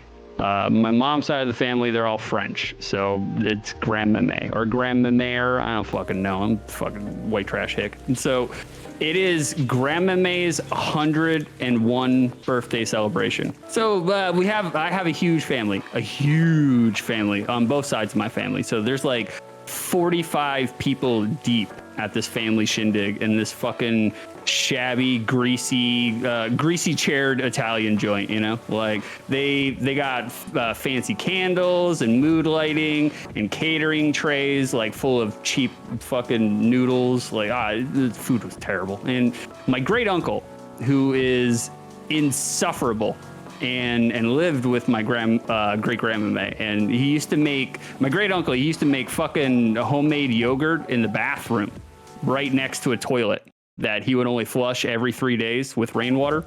So inside of a house that was fucking 82 degrees all year long. So anyhow, he makes a toast about what a bright light and positive, soul that Grandmama is, and then he like puts the mic near her, like he has a stand mic, and he puts the stand mic near her as they're bringing out the cake, and she blows out the candles.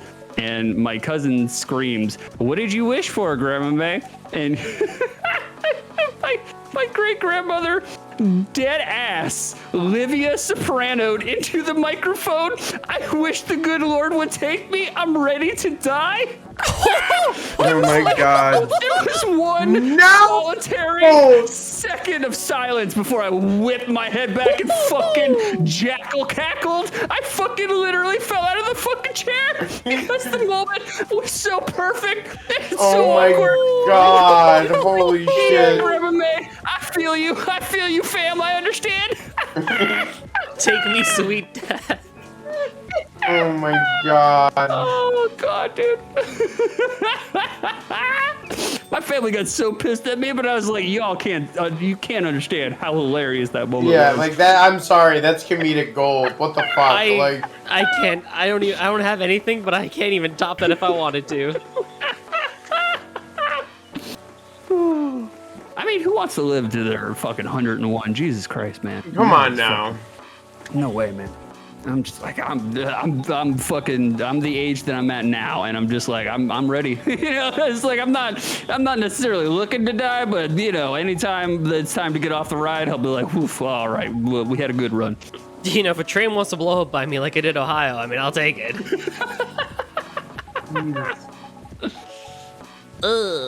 I don't know if I can answer that one, Six. Oh my Who you call god. lame, Joey? You're lame. You're Lamo. Also, additional life lesson I learned, threading back to one of her first questions. Do not ask women if they are due. No, never. Don't. You Yeah. never. Don't. You never want to. Oh, when's the baby?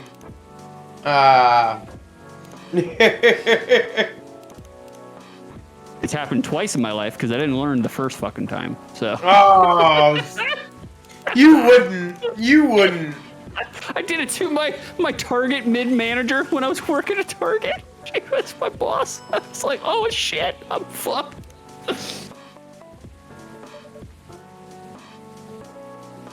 What was the worst relationship y'all have ever been in, I assume?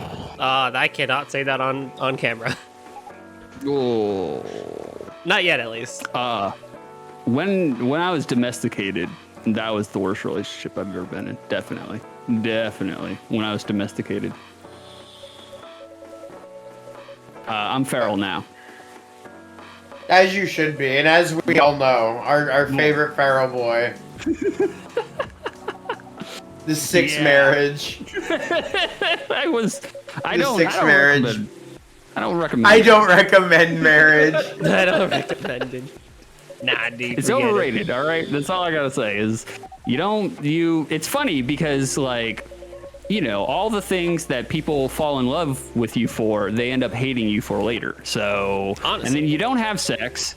And like the sex does die off. It totally does. It's fucking, you just become a roommate that you don't bang. So it's like, bro, this is, thankfully, the divorce was very easy because I was poor and she was poor. So I was like, you take your half of zero and I'll take my half of zero. I got one friend who, oh man, he has been in the divorce proceedings for 4 fucking years. Good Lord. Non-stop. I mean, he did it to himself because he was a college professor and he cheated on his wife with one of his students who was at the time my best friend. he was my mentor, so I was really close with him too. And bro, his wife is a lawyer. Oh God. It's like, God damn, bro, you're so dumb. Yeah, if you get into it with the lawyer, you're stuck, bro. You can't ever, like. She told him straight up, his ex-wife, she told him, I am going to do everything in my power to make your life a living hell for the rest of your life. And she did. Bruh. Totter, if you marry a lawyer, you're married for as long as they want to be married.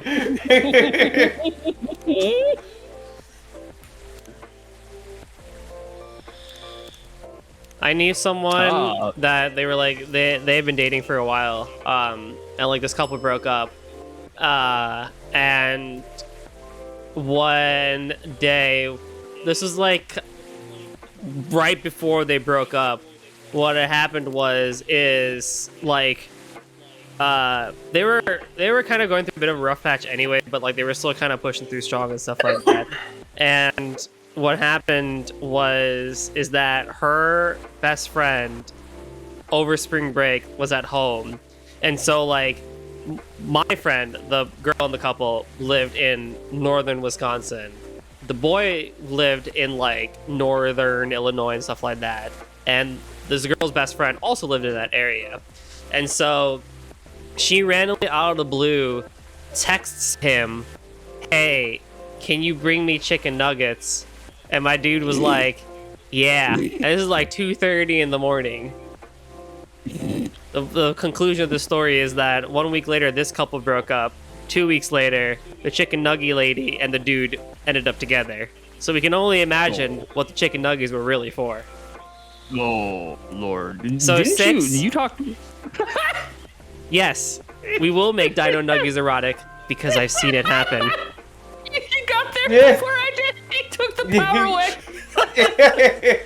Right out of your hands. I've done seen the erotica nuggies, bro. You can't tell me shit. The erotica nuggies. Yeah, fuck, dude. man. For those uninitiated, go to Golden's Twitch channel and watch his latest clip from last night, his stream last night. This man made Dino Nugs fucking sexual, like super sexual. Like I was like, whoa, Goldie, whoa. I was like, you need to crank off a ghost, bro. I'm just saying. I'm not saying. Old goalie's seen some stuff out there.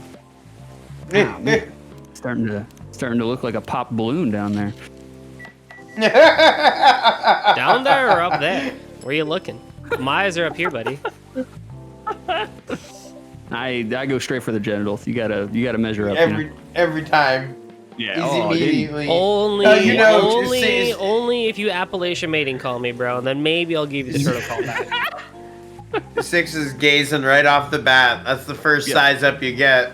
Bro, I'm an avowed hog watcher. I will watch a hog, bro. I don't care. Like, It don't matter. but if you're Six is the terror of any shy man pissing in a urinal by himself. There's no one else there. Six slides right up to him, and he's like, "You gonna shake that off yourself, big boy?"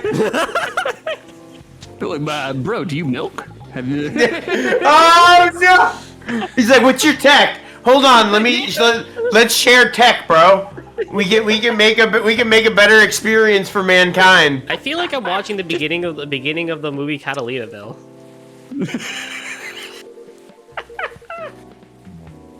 just comparing notes, you know? Just comparing notes. Yeah. Or it's like that one clip where it's just like where the dude is like where like the dude's I guess just like whacking off in the forest and another dude comes up, he's like, "Oh, I'm sorry," and he's like, "Oh, no, I don't mind. Like I don't mind people watching," and he's like, and the dude says like is like, "Oh well, you got it pretty good out there," and the guy's like, "Yeah, but sometimes I pull on it so hard I rip the skin," and the other guy's like, "My daddy taught me the way to do it without ripping the skin." Dude's like, "Will you show me?" And the lumberjack dude's like, "Well, I'll be righty fine." And yeah, that was the end of the clip, and I'm like, like I saw that clip very early on, and I'm like, huh, I wonder what they're talking about, because they didn't show any like wood chopping material or anything like that. It's like, what skin could they be talking about? Only years later to be like, oh.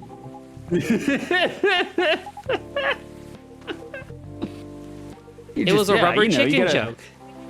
You gotta torture the timber, bro. You watched the full sex? Are we talking about Catalinaville? No, I think it's still on YouTube, but you can watch the entirety of that movie without the sex.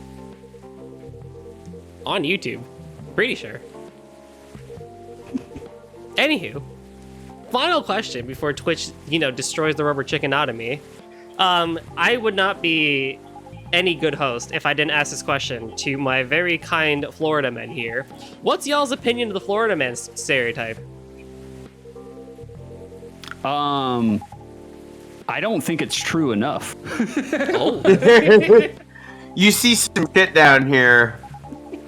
Yeah, bro. It's the wild goddamn West, man. Like, Florida is really cool. I mean, a lot of people say Florida is a melting pot, and it's true. Florida is a melting pot. We are straight up a melting pot. You can go one town over, and you're canoodling with the rich bitches, and you can go another town over, and you're in fucking northern Georgia, and you can go another town over, and you're in little Miami with Scarface. So That's the secret power of the staycation. That's the Floridaridian secret.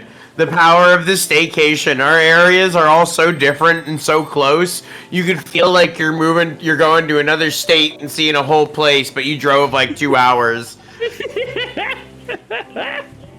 So it's like most of America.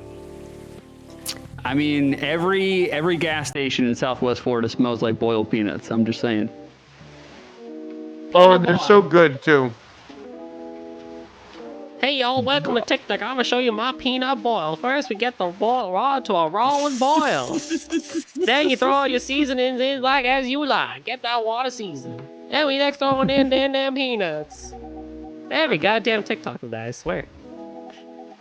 Any gas station in the middle of the day in Florida, you can find a homeless man arguing with a clerk over the fact that his receipt doesn't show his Monster Energy purchase. I'm just saying. It's a character from Deadly Premonition 2, Captain Howdy. All right. Oh heck. Yeah. All right. Six. You get a chance to ask one more question before we call it. All right. Cool. Let's see. Hold on one second. Cause this man sent me a list. So I want to like see where we can go with a couple of these. Let's see. Let's do. Okay, what was your best / worst practical joke? Either you did to somebody or somebody did to you. I'll start if you guys want me to start, so you can Take it away. Phil. Yeah. All right. Cool. So I have a poor Darnell story. Yeah. Finally. I have a friend, or I had a friend, no longer a friend. The friendship ended after this. he's a poor Darnell. Okay, so back in the day, like we're talking 6th grade. Yeah, 6th grade. Sack taps. Sack tapping was a huge fucking thing in my school among the boys. If you were a boy, Yep. you learned the whip of the wrist. Like you could fucking down your enemy with one fluid tap, and then you'd be walking down the hall before your friend even fucking realized they got tapped in the balls. Sack tapping all day fucking long. So like I did it to one of my friends, Jakey. And I did it while he was sitting down at lunch. Like you have those benches, those long, elongated fucking benches. And I missed his genitals though, because I was at an angle. It's a weird angle. It wasn't a good tap. I missed his genitals, but I did whip it so fast that it hit his unknown to me colostomy bag. Oh no! Oh no!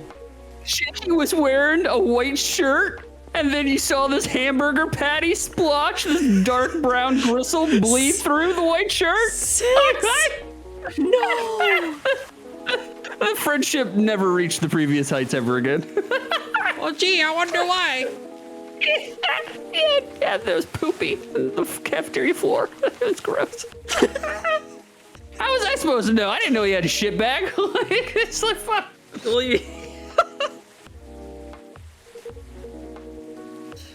Well, I don't mean to peg that guy down a step because he does have to carry that bag around with him, but he would have made a great asset for the prison milkshake. Oh my god. Masterful. Oh, that was brilliant, Golden. That's great. That's perfect. I thought Joey did. I thought Joey had a colostomy bag. I really did. Like, I wasn't even trying to clown on him. What part of him makes you think that he has a colostomy? No, but Joey, I mean, he can't eat a fucking peppercorn without, falling into a coma Because from they're his stomach. So. you fucking Nordic. Dude, they're genuinely spicy. Juggalo. Fucking... Y'all, if y'all are thinking black pepper is genuinely spicy, wow, you guys are... Holy shit, like... Come on, guys. Y'all Come on, guys. white. I will place my brown as fuck Indian card on this that if you bite into a raw dog peppercorn, you're gonna be like, oh fuck, this shit sucks, Joe. You can't. I love it. I love it. He's literally the peppercorn king.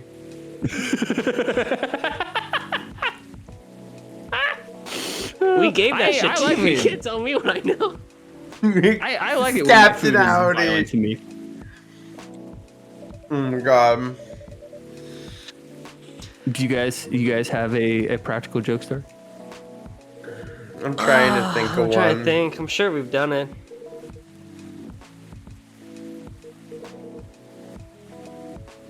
It's not really cruel, but I mean, I've just generally, like, I don't really do it anymore, but like during high school and uni, we would just like prank call, like, I would just like lie about things all the time, like in Ubers and stuff like that, just like tell them a story that's like not really and stuff like that. Like, I one time like led a lady to believe that I had 4 kids. Oh my god, that's amazing. I got it. So, oh, sorry, no, continue. Sorry, That's my bad. Yeah, but that's all it. Go for it, dude. You gotta go for it. Okay, I typed in chat. I was like, all right, I'm going to type a reminder, golf course. So I grew up And if you went through like a 20 yards of like woods, you got to a huge golf course in a retiree community because it's Florida, of course, right? And growing up, we were all absolute nightmare fucking people, and I'll never forget all the times that we have like terrorized that community. We would we would hide in the bushes and wait for right where people would tee off, and we would just run out and steal their ball and shit like that. But the best part was the one time we actually got caught, and I convinced them that my name was Max Powers, and I bet you till this day there is still like a little poster of my like no hair on my face 16-year-old ass that says like Max Powers is not allowed on this property. But you know when we did stop when we were ding dong ditching one day, and we knocked on the wrong motherfucker's door, and as we do it and we run away, you hear him yell, and you hear a fucking shotgun into the air. Oh, warning shot. And right at that moment, my friend hit a fucking root and face planted. I thought my friend got fucking killed. I was like, bro, my best friend just got a chunk taken out of his chest. But no, we picked him up and kept going. But like, what shitty fucking kids we were, but man, was it fun. Like, one time we stole a golf cart and we drove it into the fucking, one of their, like, little lakes they had. Like, just pure chaotic. That's why, like, I'll never have kids because my mom put the curse on me. She was like, one time when I did something, she was like, if you ever have a kid, I want him to be just like you. And, all right, never gonna have a kid. I suck. Like... Yeah, bro, you gotta end the bloodline. Holy shit, Joey. The hex, oh my god. Y'all kooky. Do you is there an odd smell that you guys find yourself enjoying? Cut grass. It's so white. What?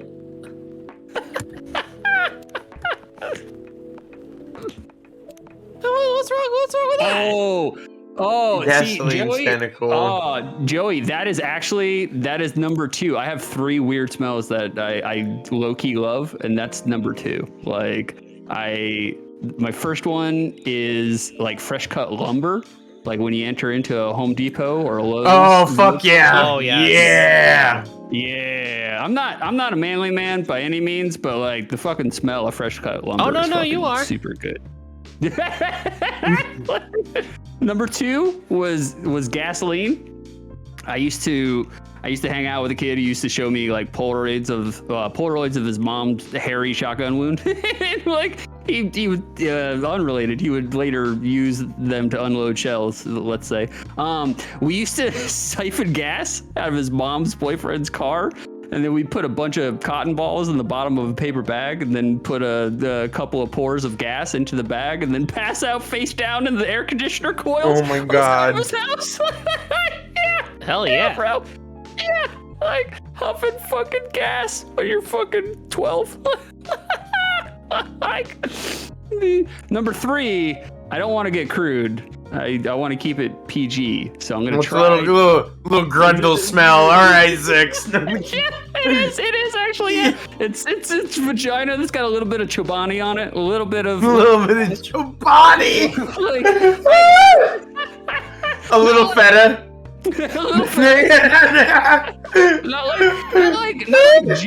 not like gym sweat funk, not like that, but like been working at an office job and then you come home and you air it out, like, you know, very based. Like, and it's not even like the sexual element of, like, you know, the smell itself. To me, it's just like it's the fact that no matter what you do out in the real world, you know, you could be a big executive manager, you could make billions and billions of dollars. It's like you're still gonna sweat a little bit. I swear to God, Six. You're really going lengths to defend the Chobani smell. It's just anything that's like a reduced down, like undeniable aspect of being human. Like now, here's a question: Is it more? Do you like it more if you like that particular person that it's coming from? If you have a greater affection to them, is it some like animalistic shit? Do you feel your brain pulling you in that direction? Like. Yeah, for sure. Oh, it's definitely there's definitely a primal urge. Yeah, okay, okay. Like, There's a three-way tier. I was just making sure you were normal. Oh yeah, totally. We've established that very well, Frank. No problem. No, I feel like this is like a three-way process here for Six, right? Like he goes into Lowe's first, and he just yeah, all right, I'm gonna be a man today. He huffs some wood and sawdust, right? He leaves. He goes to the gas station, right, to fill his car. He's like, yeah. Gasoline, right? Oops, I spilled a little. Yeah, oh no, right? It's on the floor right by my car. And then, by the rules of Aztec rituals, right? You have just the right amount of variable smell in the air that his senses activate, right? And he's like, I seek the Chobani. And he just drives in that direction. And once he seeks his reward and he finds it, he obtains it and sends a sacrifice to the gods of huffing. Right? It's a three-tier process. I love these like equalizers, you know? They're just like humbling aspects of life. Like you can have 1 billion Instagram followers and you can be an absolute smoke show, but guess what? You fucking had diarrhea and you'll have diarrhea again. So it's just like, it's an innately like human appreciating like innately human things. I like when people get to that point in their friendships and just like talking to each other where like you just don't feel like, it's just like everyone knows like y'all just shit, we just shit, we all fucking shit. We're not gonna be like kooky and be like, you know, I'm just gonna go take a tinky winky in the bathroom. Like, no, you fucking shit. We just had Taco Bell. Like, you know, yeah. Once you hit that level of comfort, I'm like, hey, you know what? This friendship's gonna last. Blow it out, bro. I'm a big fan, and I feel like Six, especially. I feel like in Florida we get it a lot more. The 30-minute lead up to a heavy downpour on a hot day. It hasn't rained yet, but you walk out and you go, I know what's coming. Oh, yeah. And it's this deeply satisfying smell of the earth.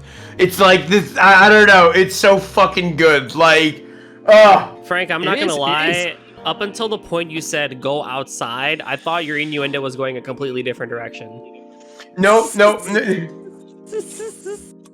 I mean, you can smell the ozone in the air. Like, yeah, exactly. Yeah, it's so fucking good. Like it is, bro. It is. Dude, like, listen, I will say one thing. I don't know. I'm sure Florida has this. I just feel like there's humans everywhere, right? But like, there's a whole thing about pre-storm is a good smell. Like fucking, you go to any Midwestern person, you walk outside, you look up, and you smell. It's just like, yep, there do be a storm coming. Someone's gonna be like, but it's sunny, and you're like, nah. There do be a storm coming.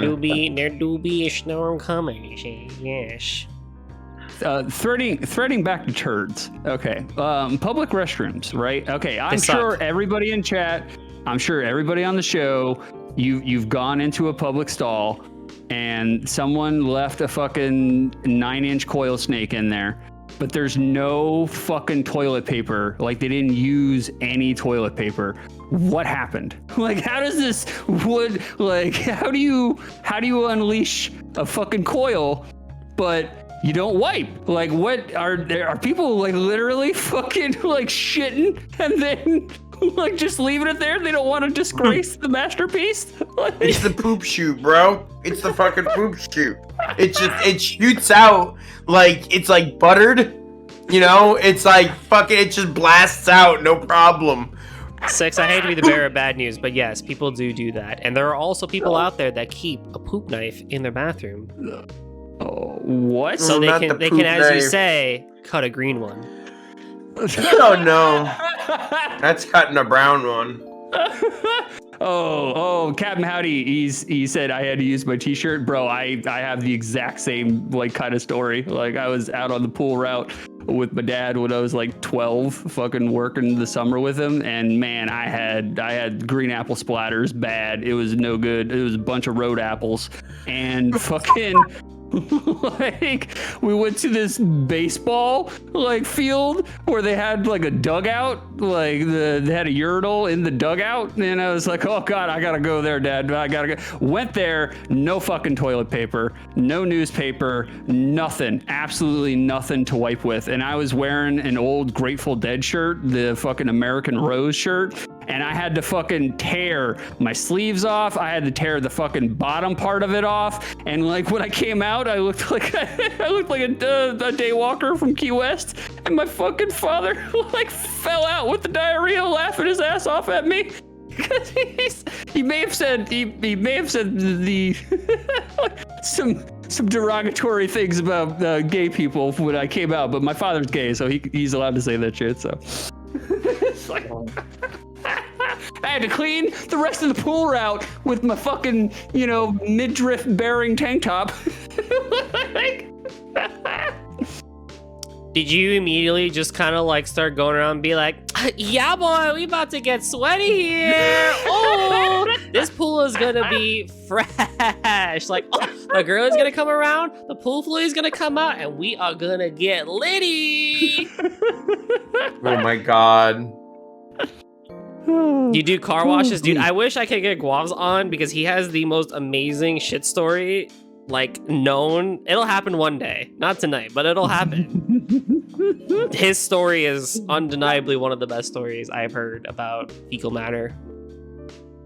Yo, car washes are great, especially if you work at one, because in the off hours, you can go to the pit where people fucking wash their shit. And you can steal all the change that fucking they falls out of their car. Like I was able to go to Disney World one year after working a month there for fucking all the change that I picked up out of the fucking pit, the reservoir. Oh, you were one of those people. Hi, I'd like to buy a ticket with quarters.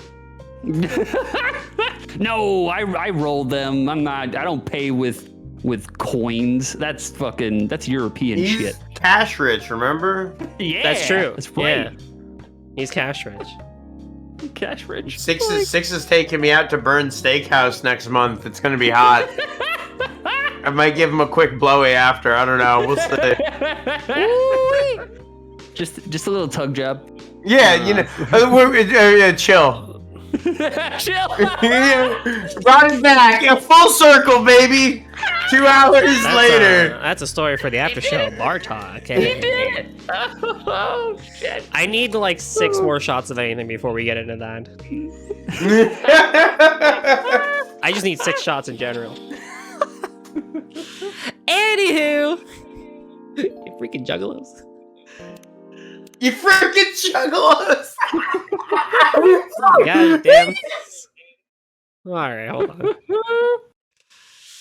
Oh man. Oh, okay. Speaking of drinking, Vincent Ninja's playing Final Fantasy X and also drinking, so we're gonna go raid him. But yeah. We're also gonna do one of these. Hey, if you're new to Cerulean Skies and you loved what we did today, we're kind of kooky. God bless you. We're kind of pretty funny. So follow us on Twitter, join us on the Discord, and you can partake in some more kooky conversations. Kind of like the place for that. And let's see. Those are my socials. Six and Frank, if you guys want to post your socials in chat, by all means. Already on top of it, posted the link tree for Super RPG friends. Otherwise, you can find me pretty much everywhere else on my personals at WoodmanFLG.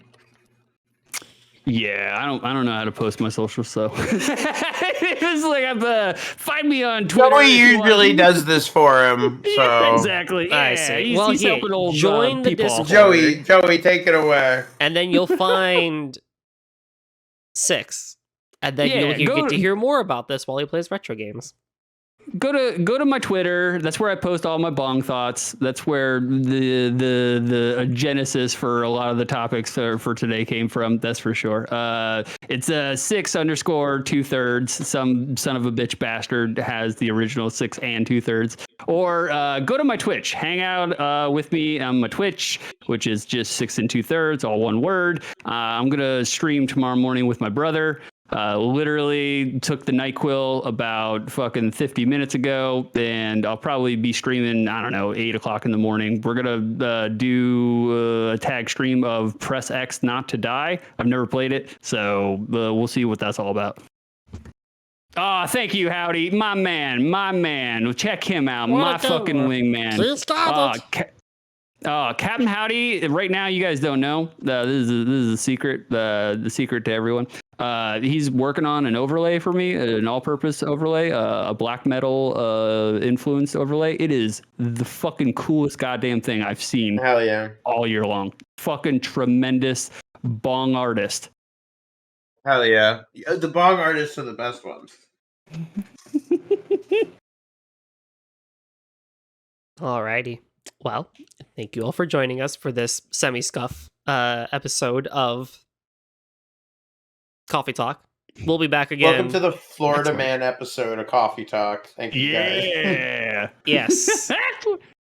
We tore it up, C-section style. Well, then it means you're not real. You're not natural. Well, that's definitely the case. Yes. Well, anywho. Yeah, we'll be back next check month. me out on Twitter where I post my social security number. Totally.